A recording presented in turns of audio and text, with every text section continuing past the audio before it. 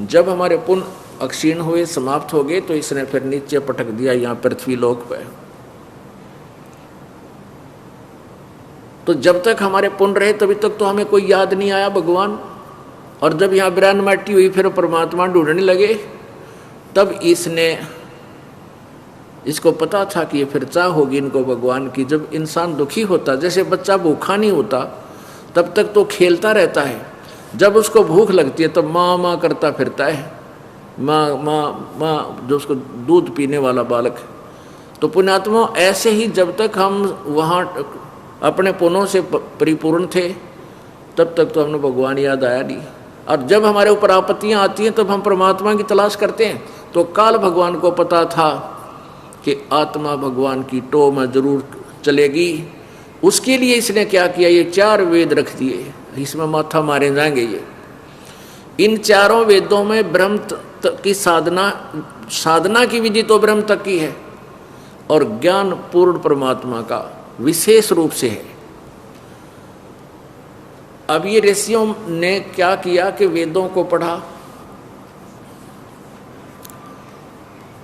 और उसमें अपन निष्कर्ष निकाल लिया कि भाई एक परमात्मा की, क्योंकि चारों वेदों में और पवित्र गीता जी में, पवित्र चारों वेदों में लास्ट में एक ही फाइनल फैसला है कि पूर्ण परमात्मा परम अक्षर ब्रह्म की साधना करने से पूर्ण मोक्ष होता है, फिर जन्म मृत्यु कभी नहीं होती। और अन्य जो भगवान है उनकी पूजा करने से, साधना करने से जन्म मृत्यु समाप्त नहीं हो सकती। तो इन ऋषियों ने, बुद्धिमान लोगों ने वेदों को पढ़ा, आपे निष्कर्ष निकाल लिया कि पूर्ण परमात्मा की साधना करनी चाहिए,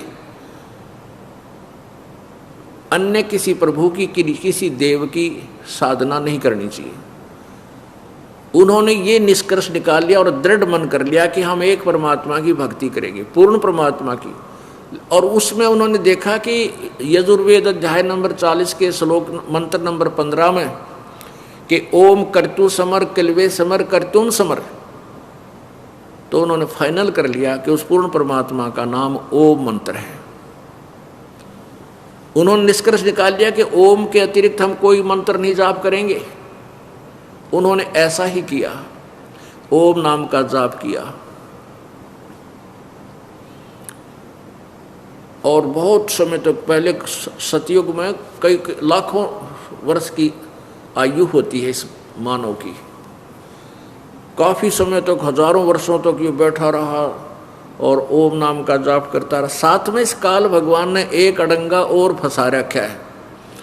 जब ब्रह्मा जी का जन्म हुआ, जब ब्रह्मा जी कमल के फूल पर सचेत हुए, इस काल भगवान ने इस कमल के फूल पर उसको बिठाकर सचेत किया, होश में ये आया, तो इसने सोचा भी मैं क्या करूं, कमल के फूल पर बैठा हूं, अब कहाँ जाऊं। तो आकाशवाणी की इस काल भगवान ने कि तप करो तप करो, पर सूक्ष्म वेद में लिखा है तपो तपो कर वाक्य सुनाया, लोक रचो बलबेरी माया। इस काल भगवान ने कहा तप करो तप करो। अब ब्रह्मा जी ने सोचा भगवान का आदेश है यो पूर्ण ब्रह्म की, और उसने तपस्या शुरू की। 1000 वर्ष तप करके फिर आकाशवाणी हुई कि अब तू सृष्टि करो। तो फिर बाद में इन्होंने सागर मंथन किया, ब्रह्मा विष्णु महेश जी ने, तीनों ने। उसके बाद ये चारों वेद निकले। ब्रह्मा ने वेदों को पढ़ा, उसमें केवल ओम मंत्र है साधना का, ब्रह्म की साधना का। उस परमात्मा के विषय में ऑप्शन छोड़ रखा है। यजुर्वेद अध्याय नंबर 40 के श्लोक नंबर 10 से लेकर 13 तक उसमें बताया है कि उस परमात्मा के विषय में पूरी जानकारी चाहिए तो किसी तत्वदर्शी संतों से जाकर सुनो, वो बताएंगे। अब उन ना तो ब्रह्मा के समझ में आया और तत्वदर्शी संत कौन हो सकता है, ना अन्य ऋषियों की समझ में आया कि और कौन तत्वदर्शी संत हो सकता है। तो उन्होंने अपने आप निष्कर्ष निकाल लिया, ओम नाम का मंत्र वेदों से ले लिया, और उस काल ने जो और अड़ंगा डाल दिया, आकाशवाणी कर दी कि तप करो। वो तप करने का जो वह डले ढोने वाली साधना, वो काल की आकाशवाणी पूर्ण ब्रह्म की मानकर ब्रह्मा ने सबको बता दी कि मैं ऐसे बैठा था, मुझे आकाशवाणी हुई कि तप करो। अब इन ऋषियों ने साधनाएं शुरू की, एक परमात्मा की साधना, पूर्ण परमात्मा की साधना, मोक्ष प्राप्ति के लिए प्रारंभ किया और ओम नाम का जाप जप, साथ में वो हठ योग जो काल ने अलग से स्टेटमेंट दी थी, इन्होंने प्रारंभ कर दिया। हजारों वर्षों तक बैठे रहे, भगवान दिखा नहीं, और किसी को दर्शन दे दिए इस काल ने ब्रह्मा के रूप में, किसी को दर्शन दे दिए विष्णु जी के रूप में, किसी को दर्शन दे दिए शिव जी के रूप में। अब वो हजारों वर्षों तक डले डोक है, वो साधक ऋषि, बड़ी बड़ी दाढ़ी होगी, इतना बड़ा, उसमें सिद्धियां आ गई, सिद्धियां आ जाती है इस साधना से, और ये सिद्धियां इस जीव की दुश्मन है, सबसे बड़ी शत्रु है। जिसके अंदर सिद्धि आ गई उसने उनका प्रयोग करना प्रारंभ कर दिया। उससे क्या होगा कि उसकी महिमा बन जाती है, किसी को आशीर्वाद देता है, किसी को बद्दुआ देता है, किसी को श्राप देता है, उसके पुण्य क्षीण होते हैं, पाप बढ़ने शुरू हो जाते हैं, और ऐसी अनहोनी हो जाती है सिद्धि से कि बहुत सा समाज उसके पीछे लग जाता है कि महापुरुष है, तो अपना भी जीवन बर्बाद करता है और अपने पीछे लगे हुए भोली आत्माओं को भी नरक का भागी बना देता है। उदाहरण देते हैं, एक कपिल मुनि थे, कपिल मुनि, उन्होंने वेदों अनुसार साधना की, वो ज्ञानी आत्मा थे, और ऐसा घोर तप किया, ओम नाम का जाप और तप, कहते हैं उसकी पलकें, आँखों की ये पलक, आँखों की पुतलियों के आगे जो ये पलकों पर बाल हैं, इनको पलक बोलते हैं, ये जमीन पर आकर टिक गए। इतने समय तक वो साधना करता रहा। उधर से एक सगड़ राजा था, उसके 60,000 पुत्र थे।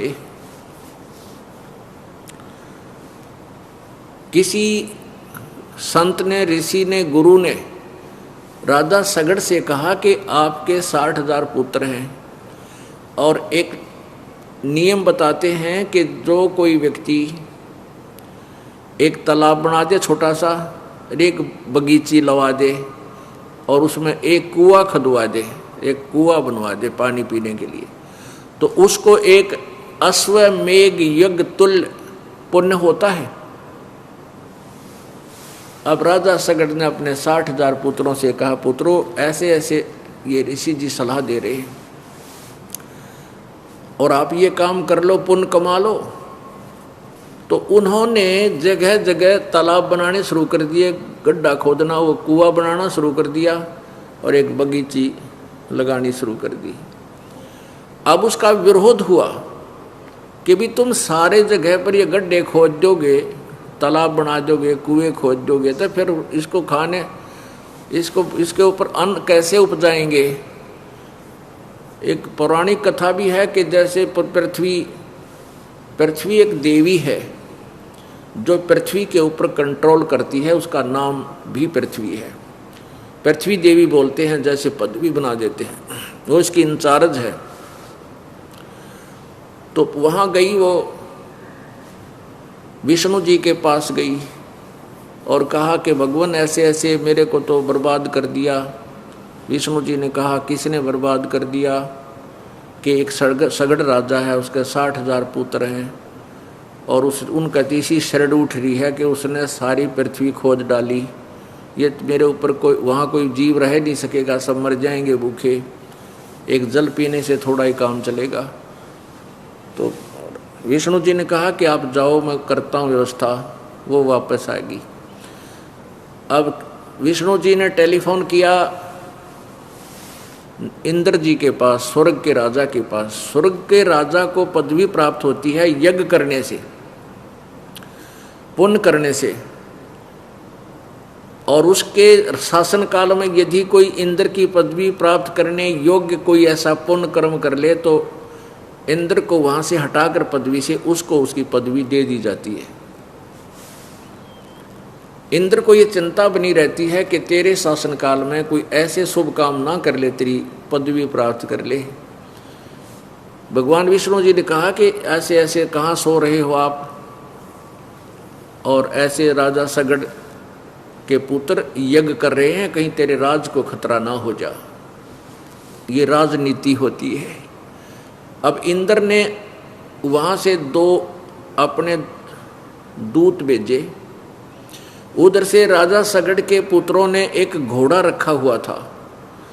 उस घोड़े के गले में एक पंपलेट टांग रखा था कि जो इस घोड़े को पकड़, अगर हमारे काम में कोई बाधा करना चाहे, इस घोड़े को बांध ले और हमारे साथ युद्ध करे। यानी वो बाई फोर्स कर रहे थे। बहुत से लोग विरोध भी कर रहे थे, वो सब न गड्ढे थे, क्योंकि 60,000 लापड़दा पूरा, कोई नहीं सामने आया। तो उन्होंने घोड़ा बांध रखा था, दिन में काम किया, रात्रि में सारे सो गए। घोड़ा कई वृक्ष के बांध रखा था। उन इंद्र के दूतों ने वो घोड़ा खोल के, और एक कपिल मुनि जो तपस्या कर रहे थे, वेदों अनुसार साधना कर रहा था, वो आसन पद्म लगाए था, और इतना शरीर पतला दुबला हो गया था कि उन पैरों के बीच में बहुत सी जगह शेष थी आसन पद्म लगाने के बाद। जैसे वृक्ष की जड़ निकले आकर मिट्टी तो बाहर उसमें जगह हो जाती है, उसके हम पशु बांध दिया करते खेता में, वह अलग से बन जाया करती थी, रस्सा बांध दिया करते थे। तो ऐसे वो पैर पतले पतले से उसमें रास्ता था, तो उन जाकर के उन दूतों ने वो घोड़ा खोल के सगड़ के पुत्रों का और कपिल मुनि की जांग के बांध दिया रस्सा,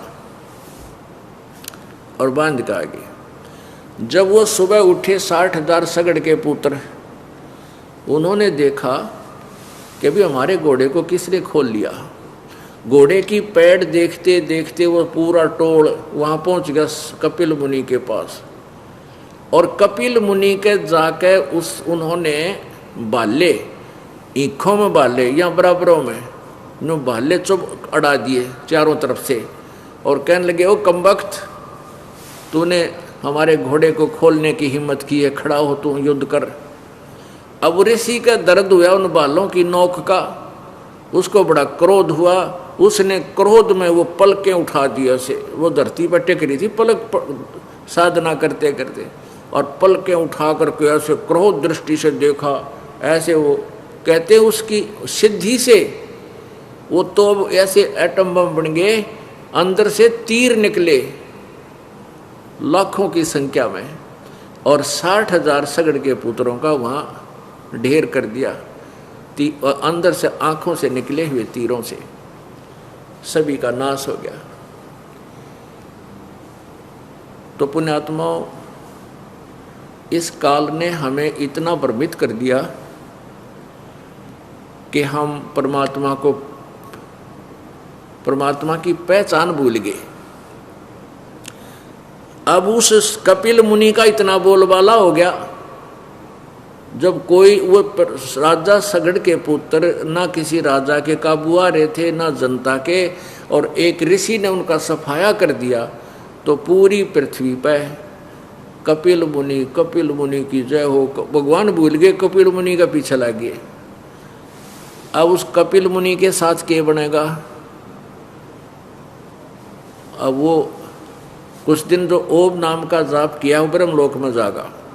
ब्रह्म साधना है ये, और ब्रह्मलोक में जब इसके समय समाप्त हो जाएगा, निर्धारित समय होता है कि इसने इतना जाप किया, इतना समय स्वर्ग महास्वर्ग में इसको मिलेगा। उसके बाद ये फिर पृथ्वी पर आवेगा।